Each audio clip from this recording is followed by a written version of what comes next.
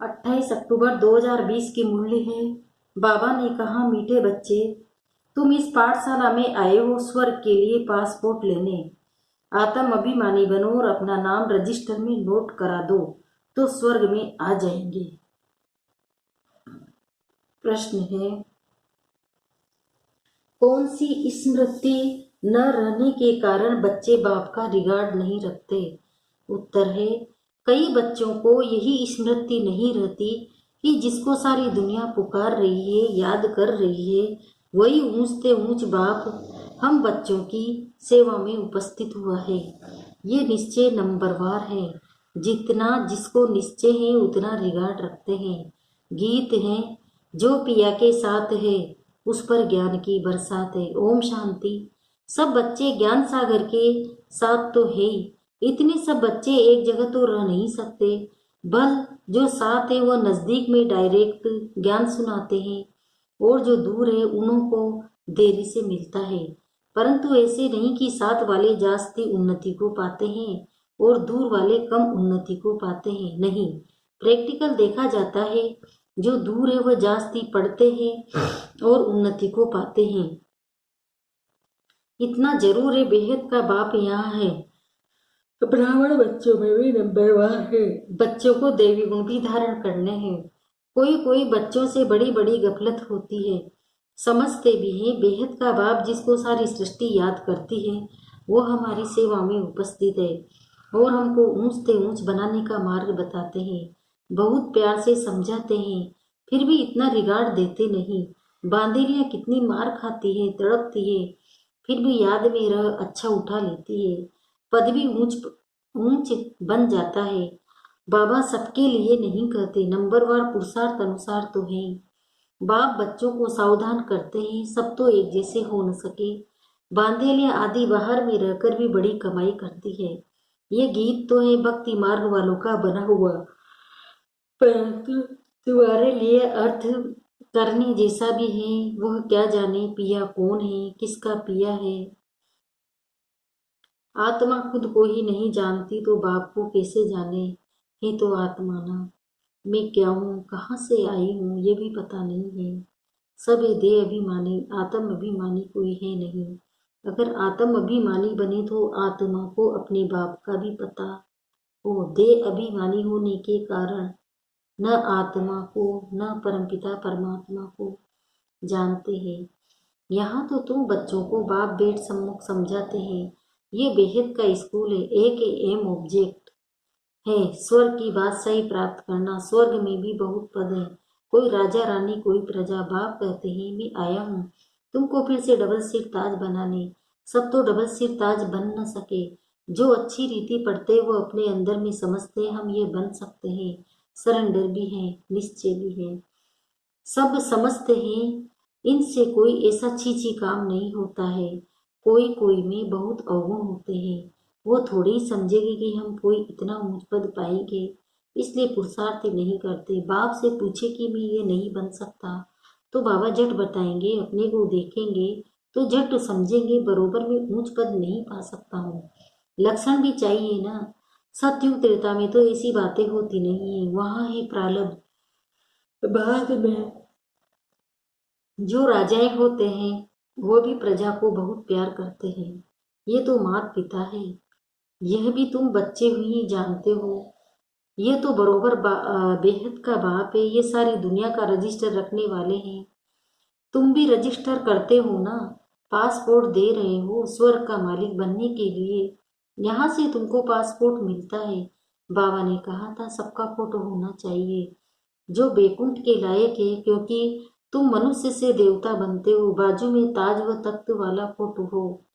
हम ये बन रहे हैं, प्रदर्शनी आदि में भी सैंपल रखना चाहिए। ये है ही राजयोग। समझो बैरिस्टर बनते हैं तो वह एक तरफ ऑर्डिनरी ड्रेस में हो, एक तरफ बैरिस्टरी ड्रेस, वैसे एक तरफ तुम साधारण, एक तरफ डबल सिर ताज।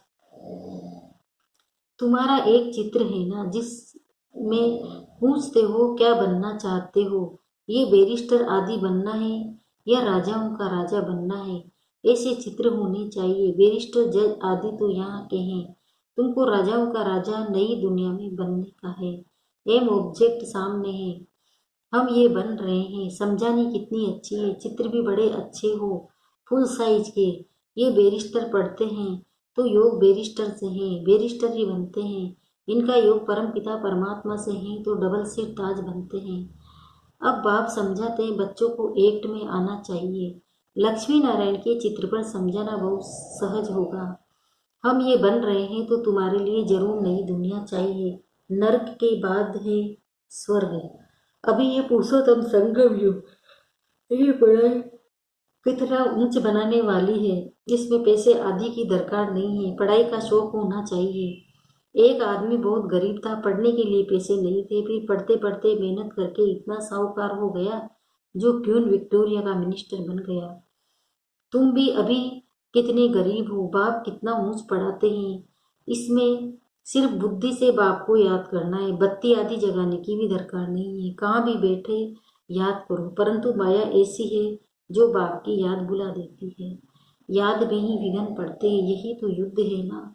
आत्मा पवित्र बनती है बाप को याद करने से। पढ़ाई में माया कुछ नहीं करती, पढ़ाई से याद का नशा ऊंचे, इसलिए प्राचीन योग गया हुआ है। योग और ज्ञान कहा जाता है, योग के लिए ज्ञान मिलता है, ऐसे ऐसे याद करो। और फिर सृष्टि का चक्र भी ज्ञान है। रचयिता और रचना के आदि मध्य अंत को और कोई नहीं जानते। भारत का प्राचीन योग सिखलाते हैं। प्राचीन तो कहा जाता है नई दुनिया को, उनको भी लाखों वर्ष दे दिए। कल्प की आयु भी अनेक प्रकार की बताते हैं। कोई क्या कहते हैं, कोई क्या कहते हैं। यहाँ तुमको एक ही बात पढ़ा रहे हैं, तुम बाहर में भी जाएंगे तुमको चित्र मिलेंगे। ये तो व्यापारी है ना। बाबा कहते हैं कपड़े पर छप सकते हैं। अगर किसी के पास बड़ी स्क्रीन प्रेस न हो तो आधा आधा कर दे, फिर जॉइंट ऐसा कर लेते हैं जो पता भी नहीं पड़ता है।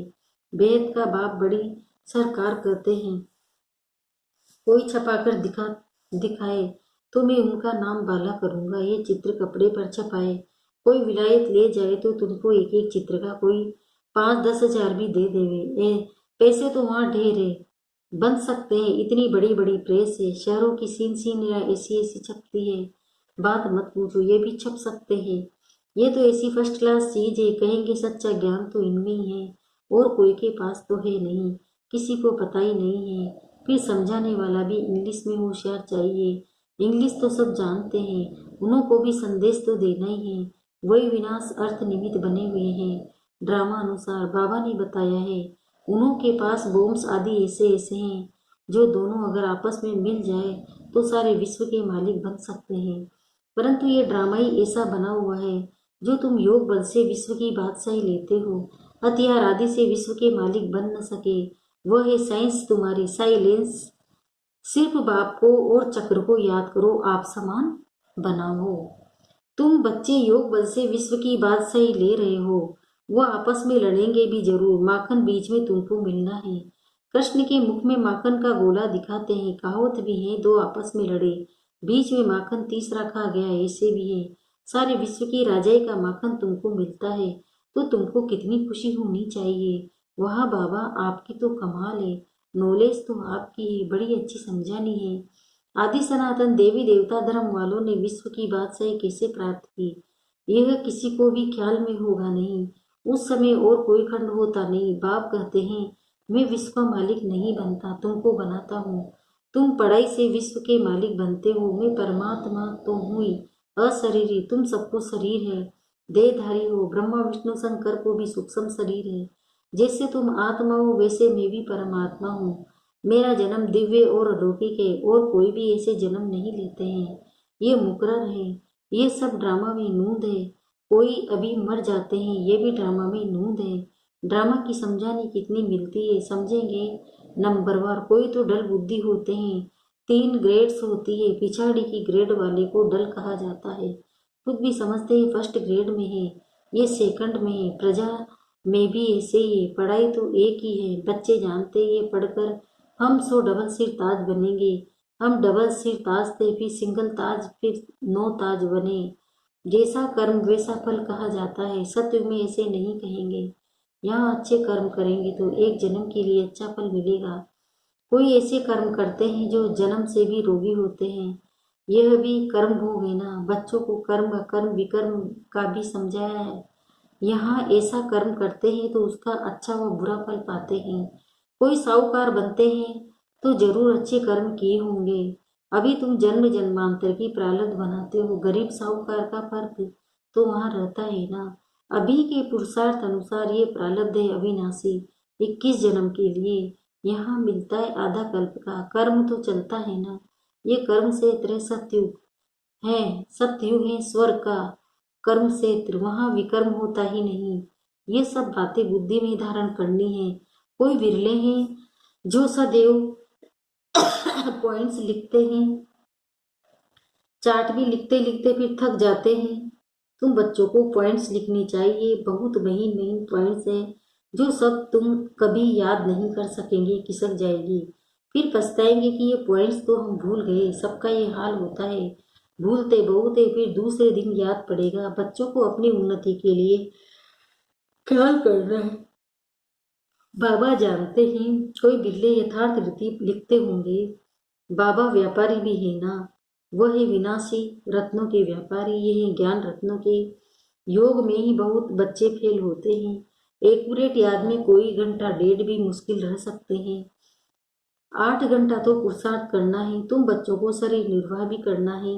बाबा ने आशिक मासूक का भी मिसाल दिया है। बैठे बैठे याद किया और झट सामने आ जाते, ये भी एक साक्षात्कार है।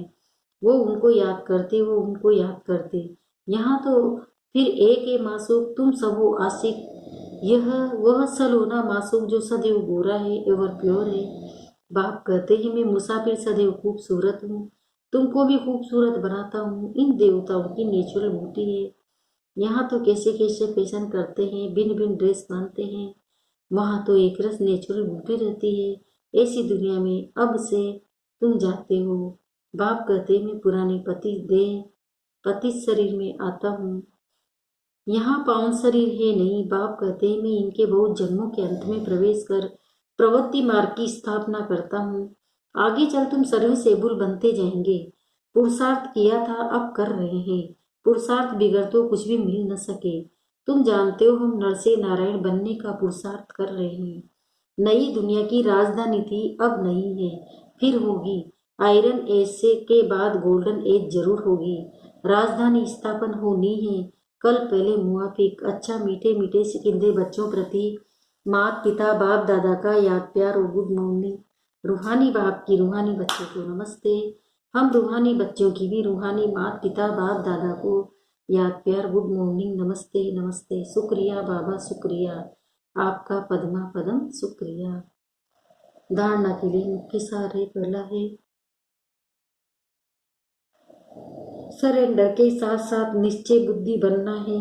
कोई भी चीची काम न हो, अंदर कोई भी अवगुण न रहे, तब अच्छा पद पा सकता हूँ। दूसरा है ज्ञान रत्नों का व्यापार करने के लिए बाबा जो अच्छी अच्छी पॉइंट्स सुनाते हैं उन्हें नोट करना है, फिर उन्हें याद करके दूसरों को सुनाना है।